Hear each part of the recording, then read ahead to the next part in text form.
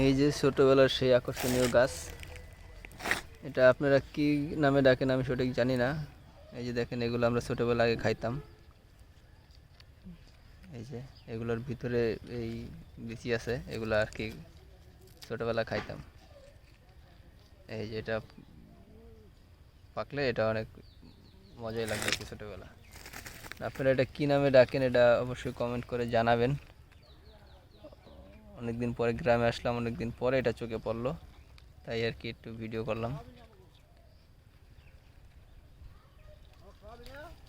সেই ছোটবেলার সেই আকর্ষণীয় গাছ, এটা অবশ্য শব্দ হয় এভাবে ফুটাইলে, কপালের সাথে আমরা এভাবে ফুটাইতাম, শব্দ হইতো।